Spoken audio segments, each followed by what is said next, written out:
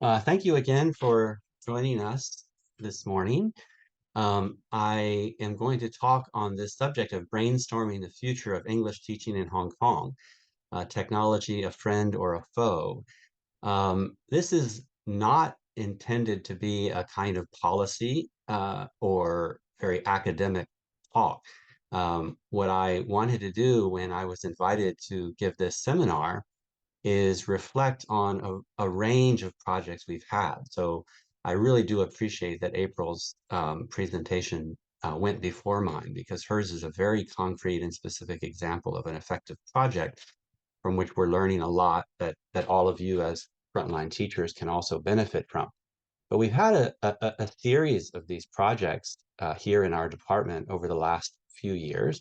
And I've also been very active in teaching courses related to technology enhanced English teaching.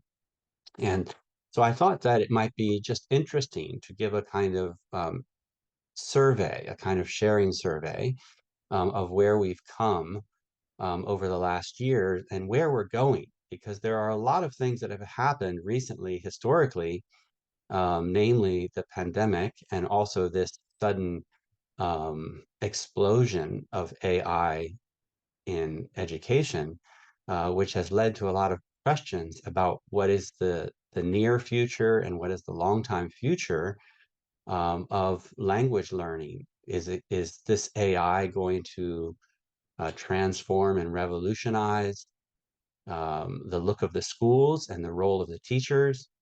Has the pandemic done that? We already have some research published on the impact of the pandemic on teaching methodology in local schools. So I think this talk is really meant to kind of look at the big picture and ask some questions and also make some recommendations based on what we've learned over the last few years. So first of all, I want to start with a little personal anecdote, which I was reminded of when I was preparing this talk. And it took me way back to my early primary years when I had a lovely first grade teacher, and she asked the class to do an activity to imagine what the year 2000 would be like. So at that time, it was more than 25 years in the future. So I thought, wow, that's really a good question. You know, it's so far in the future. I remember my little childhood mind like just really mulling over and thinking, what is the world going to look like in 25 years? So I've recreated here just for fun what I remember drawing as a child. And what I did is I drew myself as a very old man, um, and I drew a flying car and a kind of town or city on the moon. So here I'm walking across the moonscape with the flying cars above. And, teacher feedback is very important. So I'm remembering this more than 50 years later, that my teacher said to me, you'll only be 30 something in the year 2000. Do you think that's old? And I said, oh, why, yes. And she said, do you know I'm 40? And I was shocked because, my little brain couldn't comprehend being 30 or 40 years old. I really thought of that as very old. So, okay, so what's interesting about this is that I really imagined a world that we're not even close to achieving now. Communities and civilizations on the moon. The technology of flying cars is certainly possible, but it's impracticable. I think what was most accurate about this prediction of mine is seemingly the most subtle, and that is that we could see the world in one perspective. And so all of the moon exploration that happened in the 70s gave us lots of pictures of our planet. And this had a very profound effect on a lot of people to realize, wow, we really all share this same planet. The Earth is but one country, and mankind its citizens. So that globalization, that concept of a global um, shared planet and community is something that I think was probably most accurate about this. But we want to talk more specifically here about education and English language education. And I'm not going to show this video, but I can recommend it, and I'll share the PDF of my slides at the end of this talk. And I'd encourage you to watch it. It's only 7 minutes long, and it's really a quick survey of how, for 100 years, um, educators have been talking about how this or that technology will revolutionize education. It started with the radio, it went to the television, it went to the computer, and now it's AI. AI is the fashion, the fad. Everyone's saying this is going to revolutionize education. And what's interesting about this is that, yes, education has changed in 100 years, but not nearly as much as people predicted it would. They were predicting, that robots would take over the role of us as teachers even 50 years ago. It hasn't happened yet. Will it happen now from AI? Well, that's what we're here to talk about. Really, what does the future look like? So um, let's bring it a little bit closer to home now here in Hong Kong with our English teaching curriculum. Over the last 25 or 30 years, as long as I've been living in Hong Kong, I now like to tell my students, I'm very proud of telling them that I've lived in Hong Kong longer than you have, because I arrived in the year 2000 after living in mainland China for a few years. And my students, my undergraduate students now were all born after the year 2000. So I feel like I've really seen and know the context of English language teaching in Hong Kong. And we have seen it go through these several kind of gradual evolutions in terms of the curriculum focus from grammar translation method earlier in the 20th century and the audiolingual method with the strong gradual impact of communicative language teaching, and now a kind of centering on the task-based language teaching approach, including both the strong and the weak. But um, in the recent 5 or 10 years, it's um, all about technology enhanced teaching. So this is something that whatever content we're using, whatever the curriculum approach we're using, and as we know, there's a wide variety of school-based English curriculum that complements the Hong Kong curriculum. Whatever it is, schools are trying to establish very clear protocols and patterns and use of technology. So, what will it be? What is it now, and what will it be? Is a question we've been asking already for about 10 years. So, if you ask the Education Bureau, you will get an answer. There's some very well developed and very thoughtful documents, policy documents that have been developed. This one is almost 10 years old now, the fourth strategy on IT and education. Um, but what you also realize in reading these documents is that they are policy documents. So they really are talking about the situation in Hong Kong very broadly, and what leadership can do in terms of taking us forward. So some of the key recommendations, for example, are enhancing schools' IT infrastructure, enhancing the quality of e-learning resources, renewing curriculum, transforming pedagogical and assessment practices, building professional leadership and communities of practice, involving parents, stakeholders, and the community, and sustaining coherent development of IT and education.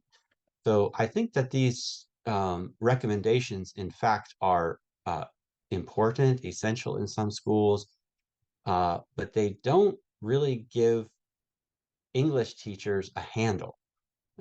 It really is addressing the environment and structural aspects, which are a necessary foundation. But in terms of knowing what to do in our lesson planning and unit planning, our activity design and development, it doesn't give us very much to go on. So it was important to me in this talk to kind of address it from the bottom up instead of the top down. And so that's what's happening with projects like April is doing, is looking very closely at the context of what the school wants and needs for their language learners, and how to provide that. So really tailoring a project to meet the needs of the individual schools, teachers, and students.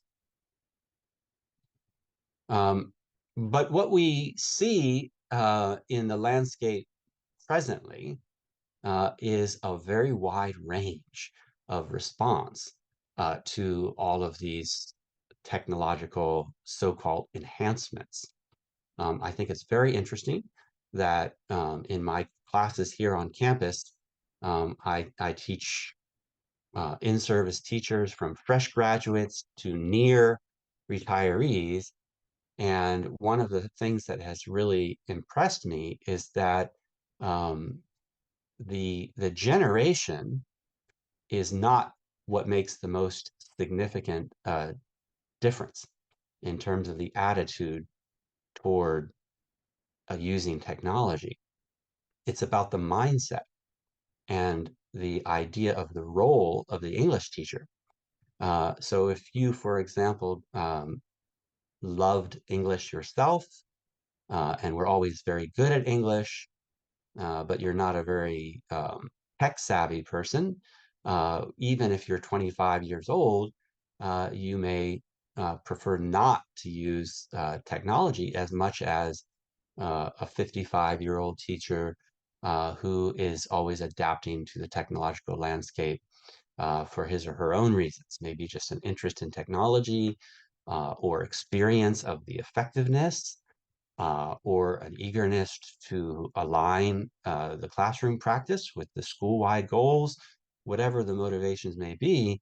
I have found that there are generalizations we can make about generations, but the differences are really much more idiosyncratic that have more to do with psychology and mindset of individual teachers. So one of my responses, we talk so much about catering for learner differences. And one of my priorities in my work in projects is to cater to teacher differences.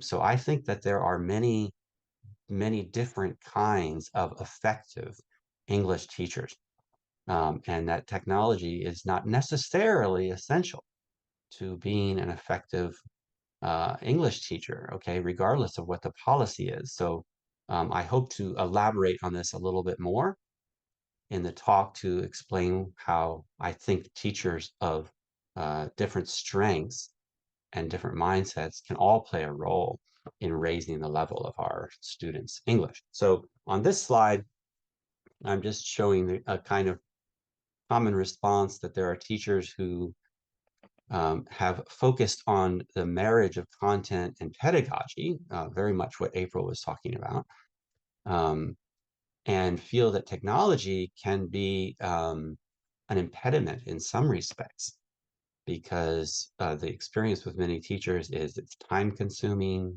complicated, frustrating, costly, not always helpful. It's constantly changing. There's always something new. And that your role is that of an English teacher, not an engineer or a technician. So this is the understandable mindset of some teachers. Then we also have teachers who take a different view, where technology is balanced with um, the pedagogy and content knowledge.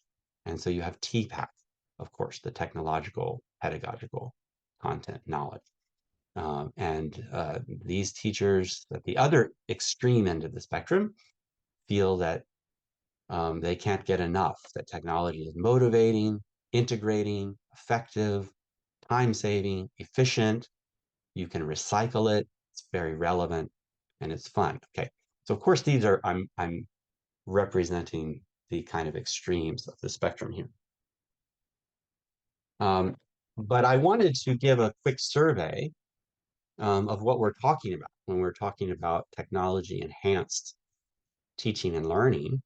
And we have so many teachers here of different experience from different school contexts. So it would be very interesting if we had an in-person workshop to hear a bit more about how you're using technology or how you've used it and what you find to be most effective.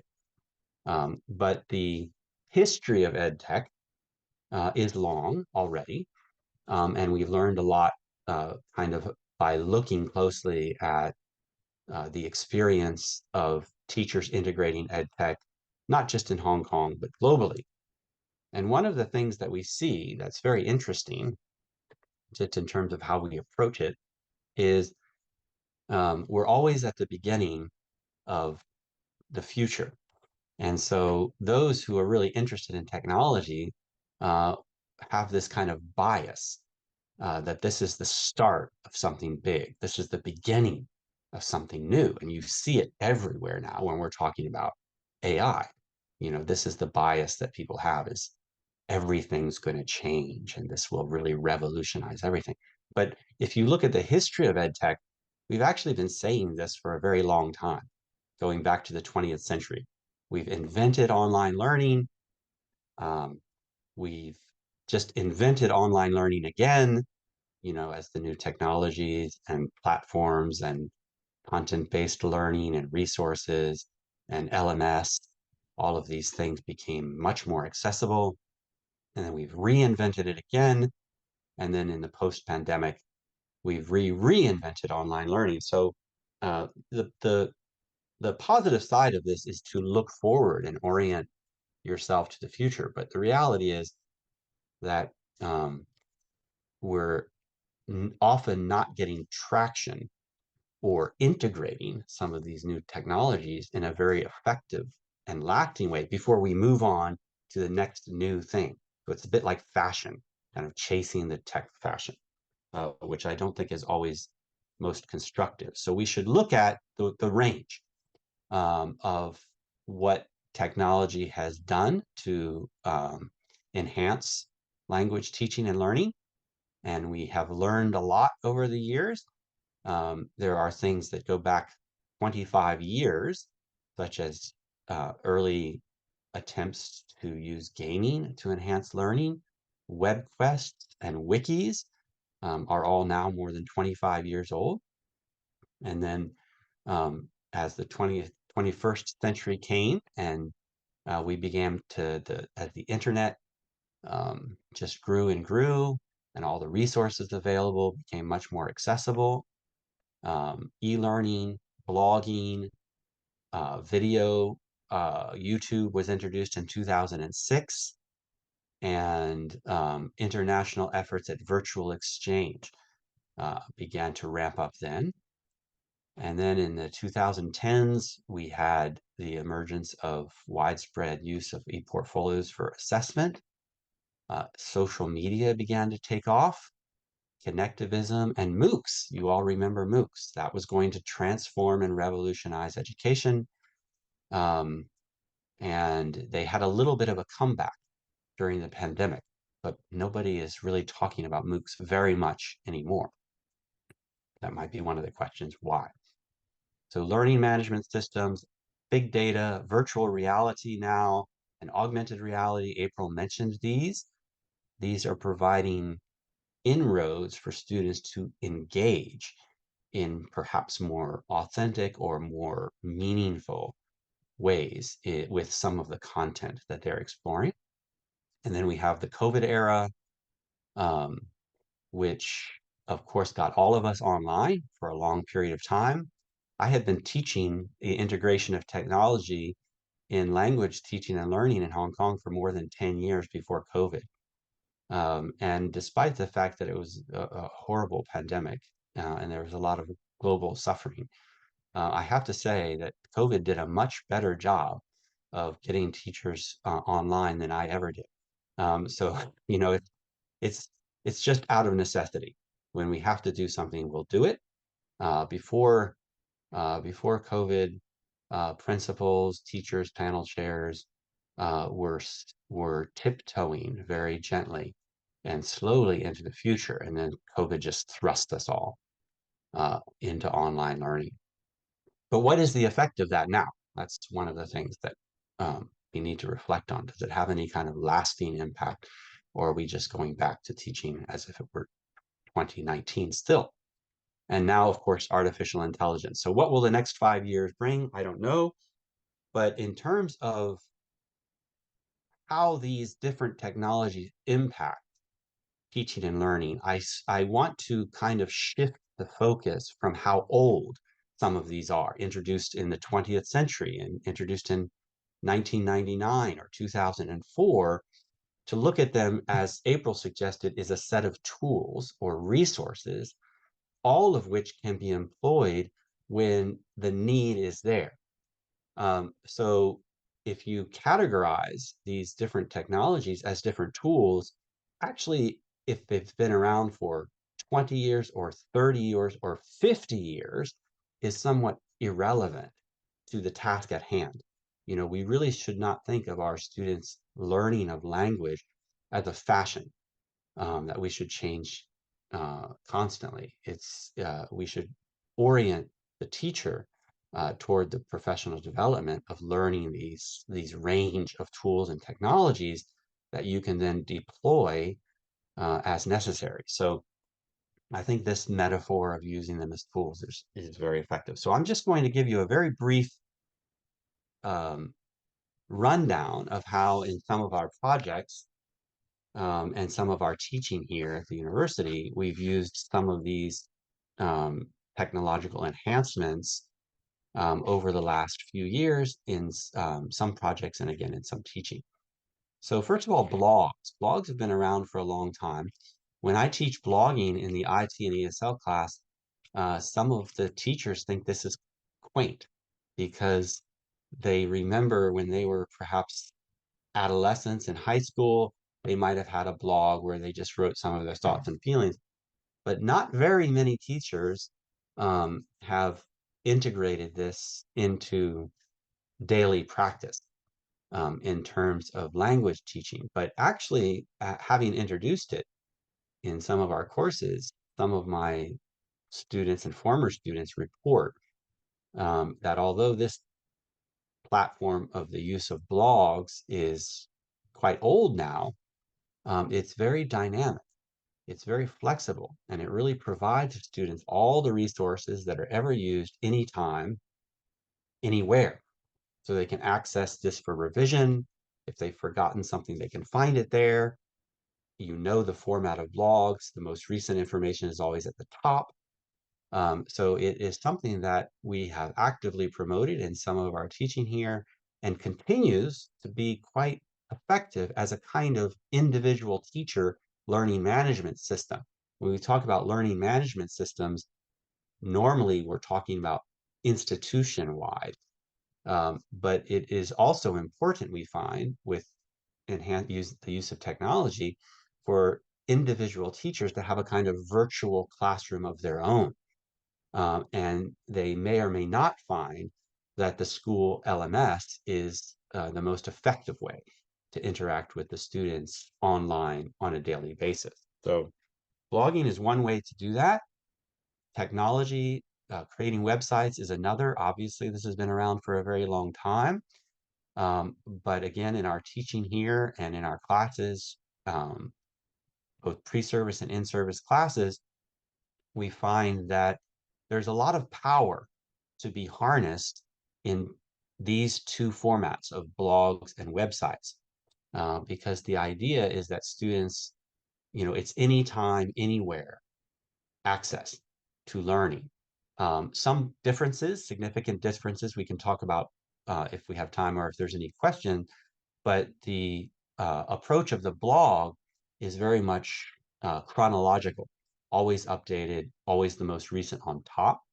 But for websites, might be more effective for things like WebQuest or HyperDocs, which organize a unit of learning that students can then navigate around, and the content is always there, available from the start of that unit or that project or that web quest. So both of these we're still using very actively, although they're not quite as fresh as something like AI.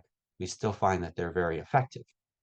A virtual exchange is really something that took off, obviously, during the pandemic, but it had already been around for more than 20 years, where we were gathering with our students online, trying to teach them and facing the obvious challenges of that, but also getting the benefits, which is that, well, we could meet with them even when we can't see them face to face.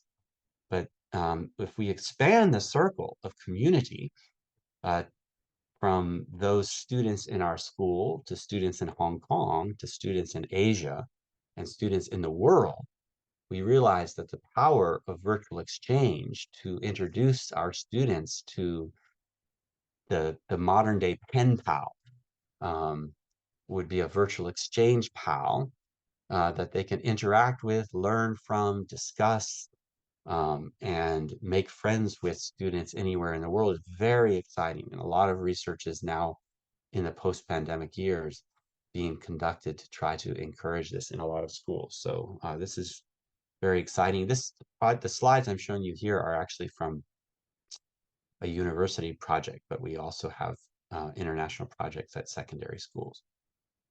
So I mentioned web quests. Now, web quests, you know, I'm fond of some of these tried and true platforms for getting students engaged in the learning. So this is clearly my bias, is not the technology itself, but technology as a resource to get our students engaged, thinking, practicing, exposed to content which is motivating, um, which is fun, which is exciting, because that helps the cognitive processes that lead to learning and remembering.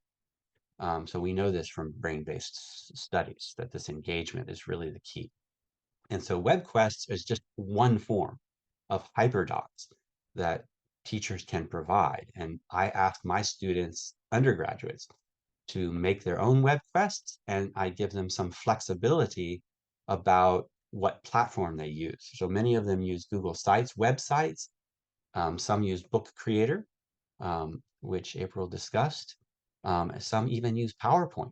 PowerPoint has all kinds of technical potential and capacities that we rarely explore.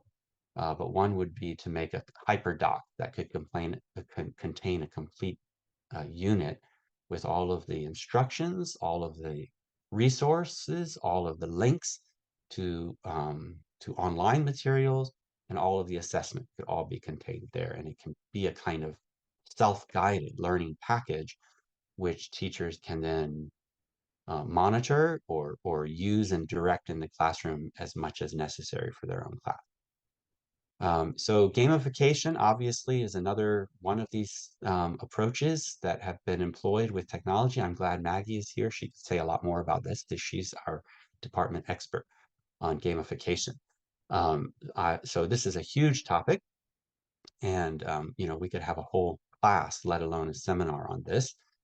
But I'm just going to share this one that I find was very engaging for students, the Learning English with Little Leaf project that we developed during the COVID period in order to give primary students access to curriculum materials that follow the topics and the vocabulary, the language objectives of the curriculum, but do it in a kind of fun, engaging way through videos and songs, music videos, through ebooks online, and through linking the ebooks to a variety of different kinds of activities and games.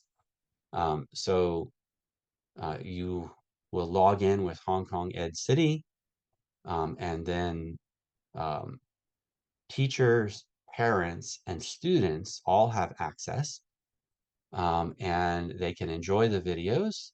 In fact, you don't even need to log in to see the videos or the music videos. The login is purely for the ebooks, so that a record of the student's progress can be kept. And we have all these kinds of games that include speak the words, multiple choice, single set choices, image sequencing, drag and drop, fill in the blanks, image pairing, and dictation. Now, we didn't invent any of these kind of games, but owing to the ease of accessibility and the very low technical threshold that's now required to develop gamification in learning, we were able to integrate all of these into our curriculum materials for learning English with Little Leaf. So that was very satisfying. The most impressive was the Speak the Words. And this is a resource from H5P that we integrated in which students can practice their speaking, and the Speak the Words H5P protocol will check their speaking and give them immediate feedback of what they heard, and giving them a green light if they pronounced it correctly and a red light if they didn't, and chances to try again and again. So you talk about assessment for learning. This is very powerful because the students really want to get it right and they keep practicing until they get the green light. So it really proved to be a wonderful one of the integrations that we had in the Learning English with Little Leaf series. Now, just a couple of more quick screens about learning English with Little Leaf. We have teacher reports, which can show how much time the students spend on the videos and the ebooks, the question answered and their score, and also student reports, which are a simplified version of their progress and how well they did, which are available for students and teachers. Now, we also have some very old-fashioned 20th century resources, which will become more relevant. I'll talk about a little bit later, where we give the text of the videos. And this is useful for any teacher that wants to teach some of the dialogue or some of the video script in class, or have the students memorize some of this. So it's just a convenient resource to have the scripts. But what we'll see with AI is the ability to analyze and manipulate the script and to adjust it or tailor it for your own students' need is something that for us as teachers, even language experts, of course we could do, but is so time consuming that it traditionally would be quite prohibitive, unlikely that we would do this. But now with AI, we can do it in a matter of 5 or 10 minutes to come up with new content, which is taken from familiar content from these videos or songs and then tailored specifically for our own teaching, the language level needs, as well as our assessment, formative or summative assessment needs. So one point I'd like to not lose sight of when we're talking about technology enhancements, because there is a lot of very interesting technology out there. Um, and I'm going to kind of make this the theme of my talk, is always keeping in mind what this is doing for the mind of our learners. So this is really was April's concluding point. I was so glad to hear that.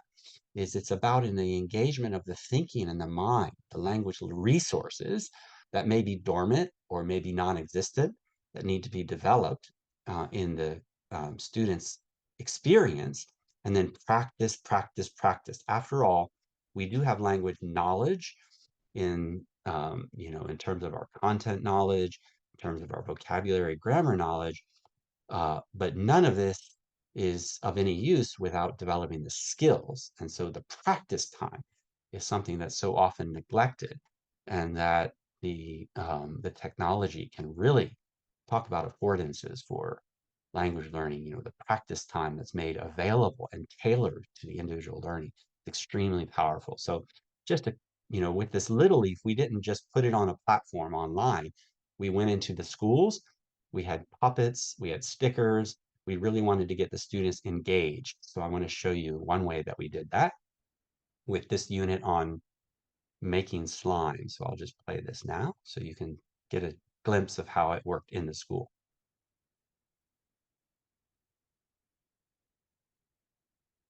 Time. Mhm.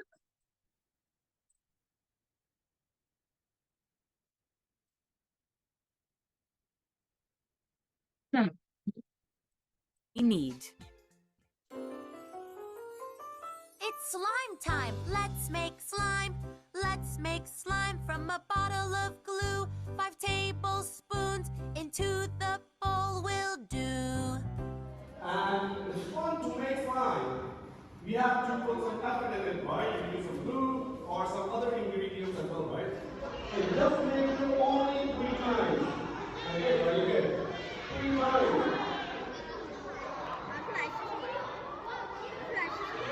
Don't touch me until I get it.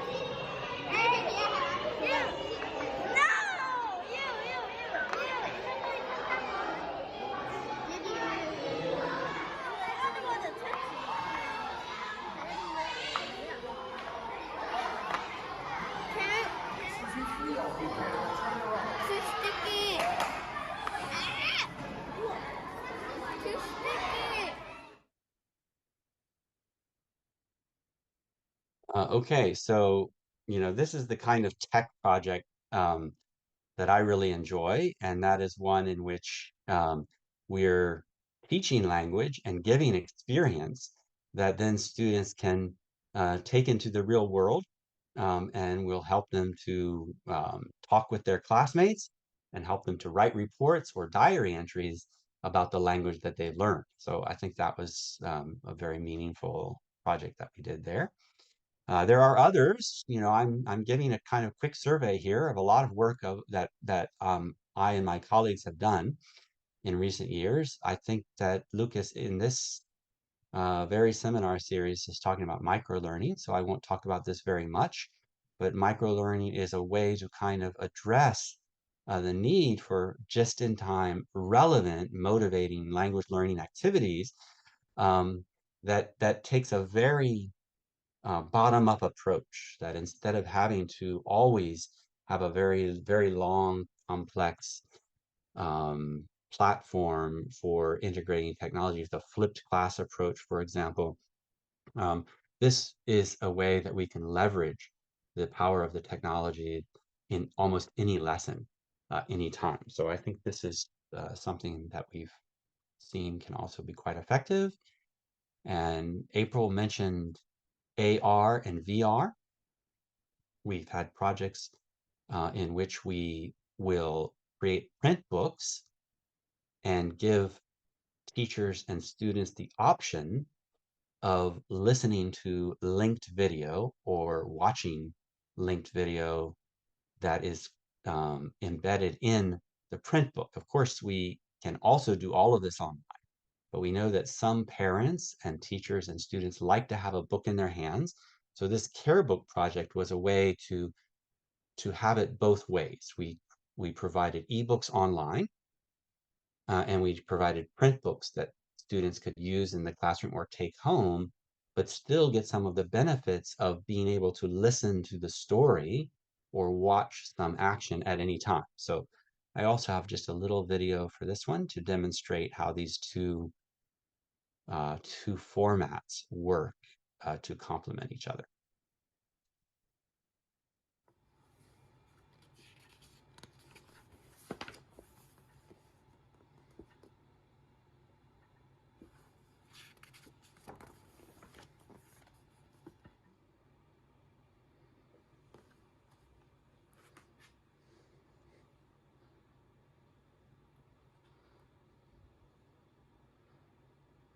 Wait, Wendy, stop! Say, Wendy, stop eating the mooncakes. So that's just obviously an AR video that is linked to the QR code or the target, so that students have the option of just reading the print version, or watching a video of having someone read the text to them out loud. And this is the classroom setting.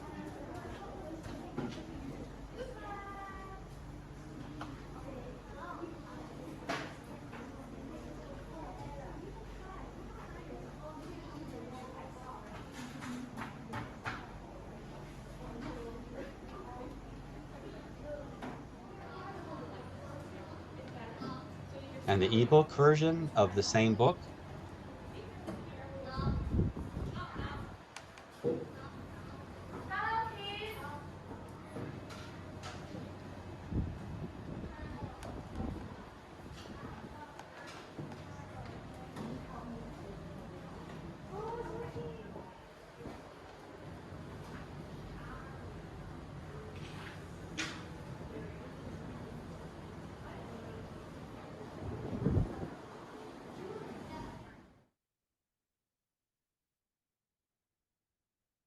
Right. So what we learned from this is that the students did learn some vocabulary from both the online and the print book, but I don't want to make any kind of uh, claim or grand claim that it was the technology that allowed that. Um, the analysis of the experience was that students liked it, and it's this motivation factor we all know that is so helpful. So, we could talk about that project more. There's certainly technical limitations, but in general, for most of the projects that I'm involved in, one of the premises or requirements is accessibility in terms of the threshold. And so, in designing this book and making this book, we're really thinking in terms of teacher competencies so that any teacher could make a similar online ebook or print book if they wanted to tailor some content for their own students, that there's no kind of high level of technical competency required to do this. Okay, so now of course, I can't have a talk about the future of language learning and its present status without talking about AI. But I'm just going to go through this very quickly. This is not a talk on AI. It's a brainstorming the future and trying to make some sense of what's coming down the road. But I decided just to kind of show you a quick dialogue that I had with ChatGPT, because my experience teaching very recently in the last few months is that even now there's quite a few teachers who haven't spent much time on ChatGPT, that we're learning about it from what we read and what we hear, going to seminars like this one. But I think having a hands-on experience is very eye-opening. So even when I'm not teaching AI, I will sometimes offer an optional half an hour at the end of a class for my teachers to just have a look, an introduction, and to throw out questions and give it a try. So I'm sure many of you have a lot of experience with this already, but maybe not everyone from what I've heard lately in my classes. So I just wanted to engage as if I'm teaching a primary class and see if AI could help me develop some of my content. So I'm going to go through this very quickly so I can get to the conclusions of my talk and the recommendations and allow a little bit of time for discussion here, I hope. Okay. But this is just one scenario in which a teacher might engage with AI to develop some content. So my first question was, can you reproduce the story of Sleeping Beauty written at a grade 4 level? So I got this very relatively short paragraph, which indeed is the story of Sleeping Beauty with some nice details added there, like the name of the princess and how long she was asleep. And then I said, well, that's a good start, but I'm thinking my students are a bit higher ability. Can you lengthen it to a 400 word? So I get this and much more detail added to enrich it. And now I'm thinking ahead to my comprehension and interaction with students. So I said, can you write 10 comprehension questions for the story? And they come up with this in a few seconds, 10 nice questions related very closely to the story. And I realize what I've said already in this talk, that what's important is engagement with the students. But maybe I, could use a partner here in brainstorming what some of the best activities might be. So I just asked for AI's opinion. Suggest 2 language learning group activities, now grade 6. So I'm testing out with different grade levels focused on the story. It suggests role playing, divide students into groups and assign them roles. Each group can reenact key scenes, encouraging them to speak out and act their characters. This activity helps improve language skills, encourages creativity, and enhances comprehension. Okay. The second suggestion was story retelling relay, which I think is a bit more creative, something we've actually used in some of our projects that I know is quite effective with some classes. Divide students into teams and have them take turns retelling different parts of the story. Each team member must continue where the previous one left off, ensuring a coherent and complete retelling. So that really gave me something to think about. I liked the second suggestion more, so I asked for another one. Let's just see if it can keep going. Great activities. Can you suggest another one? Creative writing prompt. Ask students to imagine an alternate ending. So this is nothing very original. But in terms of helping me as a teacher to brainstorm ideas, maybe saving some of my time, instead of reaching into my 20 years of English teaching history and relying on my faulty memory, I'm able to come up with these three relatively good activities in a matter of seconds. So now I'm moving on and I say, oh, that's a great job. Can you um, reproduce the 400-word version as a dramatic play in 3 acts with as much dialogue as possible, because I like the idea of dramatization. So now I get the same story in the drama version of the text. And now I remember, oh, I have to do some assessment too. So let's shift focus a little bit. I have to use the 400-word version to teach grammar. Can you give me an analysis of the grammar used in the story text? This is more than I expected. So there's about 13 or 14 grammar points there. And I thought, well, we're focusing on passive voice now. And so let me try something. I'm not sure how well ChatGPT can do with this. Say, I'd like to focus on past tense passive voice. Can you give me a 300-word version that uses past tense passive voice as much as possible? And indeed, it gives me a new version. In a kingdom far away, a beautiful princess named Aurora was cursed by an evil fairy. The curse was cast upon her to ensure that on her 16th birthday, her finger would be pricked, and it goes on. Aurora was hidden away, so I'm quite satisfied with that. Now, needless to say, I'm an experienced teacher, and I'm not asking ChatGPT to do my work for me. It's an assistant where it's generating text, it's generating ideas, but it's up to me, of course, to refine these and adapt these for my own class. But I have to say, up to this point, I've spent less than 10 minutes with ChatGPT getting all of this content. Okay, can you make a 10-item reading comprehension test? Now, instead of just comprehension questions, I'm thinking in terms of testing. 5 short answer and 5 long answer. Short answer, who cursed Princess Aurora? So this, you could even match this to Bloom's taxonomy of higher order thinking. I've tried this as well, so that it can give you questions at each step of the taxonomy for whatever content that you provide. I said, that's too hard. Can you simplify it for primary 4 students? So it rewrote the comprehension test right away and made it and simplified it.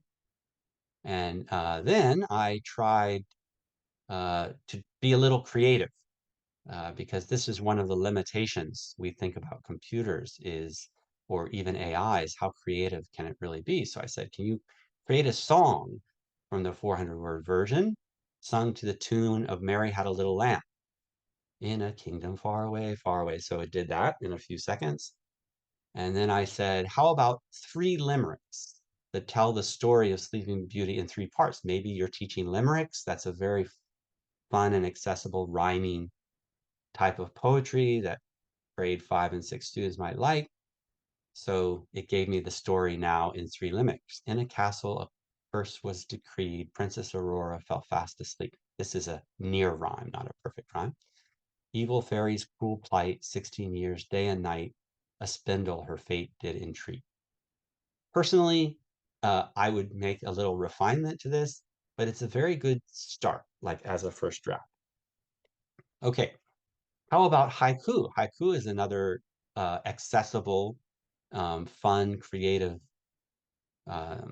poem text type. So I have a couple of versions.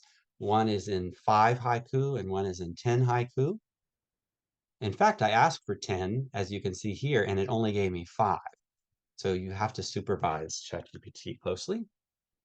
And here is a very important slide because I I know it can't underline in the text type. So I said, indicate all the past tense passive voice sentences after each example.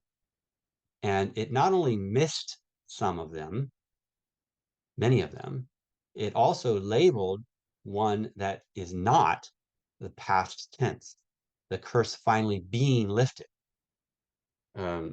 So this is a very interesting kind of response. I asked it to try again, and it did better the second time. But here the point is that it needs close supervision. And so finally, I asked for some educational apps that can enhance my students' motivation and their interest in reading and speaking English. So it came up with these. All right, so that's just a very quick, I spent 10 or 15 minutes on that. If I was really determined to teach that in my class, it might have saved me several hours.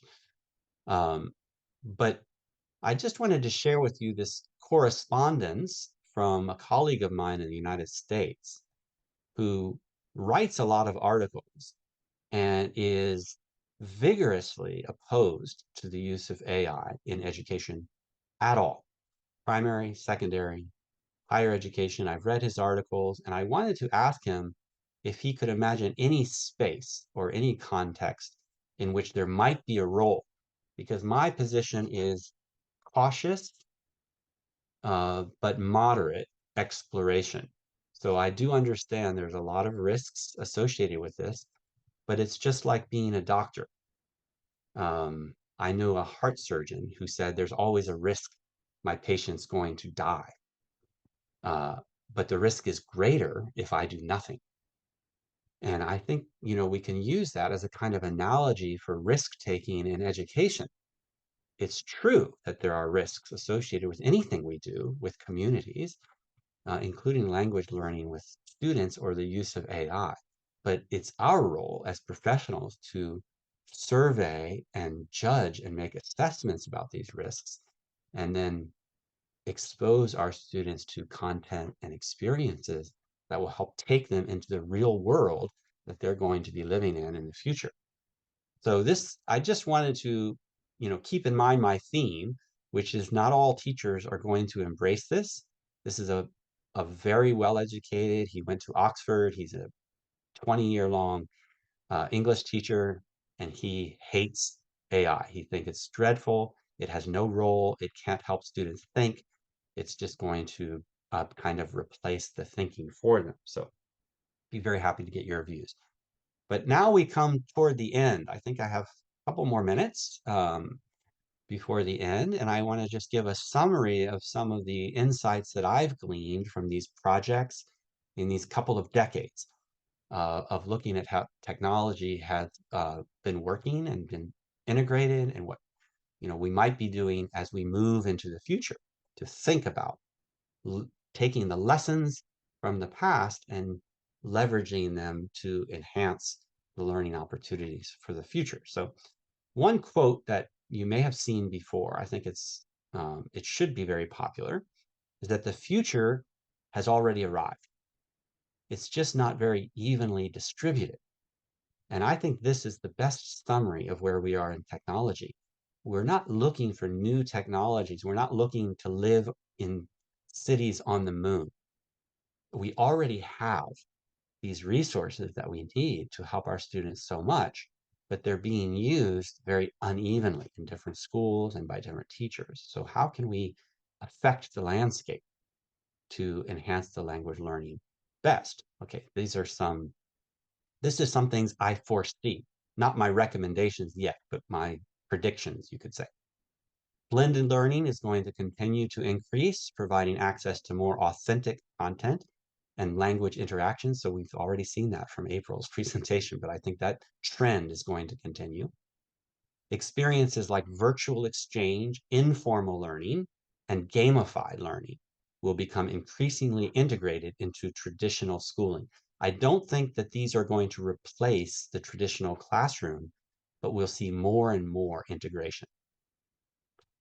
3, ubiquitous learning opportunities. Anytime, anywhere learning and mastery learning will increase as the technical obstacles decrease. So instead of focusing so much on grade level learning, we will be able to tailor the content and the experience and the assessment to students' very precise language learning needs and levels. And teachers will be tasked with creating virtual learning spaces that will compete with other digital activities. This will be one of the biggest challenges, that we all have to become more literate in multimodalities and uses of variety of technology. Tailored content, feedback, interaction, and encouragement will become increasingly accessible for the range of diverse learners. This is good news if it's true. And 5 is something I think we haven't focused on very much, but is already happening.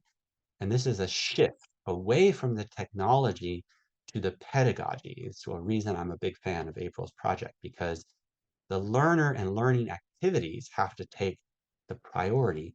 This technology will take the background. Technology has been so exciting and accelerating so fast, and AI is no exception, that we tend to over focus on the technology itself, whereas these are really just tools. So I think the shift is coming where we will focus more on the learner than the technology. And finally, this is like my final grab list of what I think the trends are in brainstorming the future of language learning. Schools will increasingly take on learning characteristics of the real world. What this means is that schools used to prepare us for the real world. We do the study, we get the knowledge, and we take the exams, and then we go and live in and work in the real world. We can't do this anymore because the world changes every year. It's changing constantly. So what we have to do is make schools an experience of the real world. Learn as you go. And if you can learn as you go, then when you graduate, you can continue to learn as you go, because no one is going to get enough schooling or education to prepare them for the rest of their life when we only have some vague sense of what that future will hold. But I think these are some of the ingredients: individualized instruction, self-guided instruction, informal learning. Independent digital learning of English is a concept pioneered by our department head here at ELE, and he's written a book on it. You can look for that by Juseong Lee Idle. Social learning, we're always going to be human. No matter how much we advance technologically, kids love stories. We all love stories. Storytelling, story sharing is one of the things that makes us human. And the best school-based curricula that I've seen in Hong Kong are centered around stories. So I think this is a human element that will continue. Service learning, it's all about community. So when even children can contribute through service projects in the community, it will help to enhance and facilitate the learning, creative contexts, and values education. Okay, I know it's almost 12, and I only have 2 recommendations. 3, very quickly. One is allow people and machines to do what they do best. So machines in the Industrial Revolution took over a lot of labor, and it was very disruptive. A lot of people were unemployed. But the transition ultimately was very good, that it's better for machines to be digging the ditches than for men carrying shovels to do it. So physical power, and then computing brought mental processing and the power of memory. And now AI is actually helping higher order of some thinking and reasoning tasks.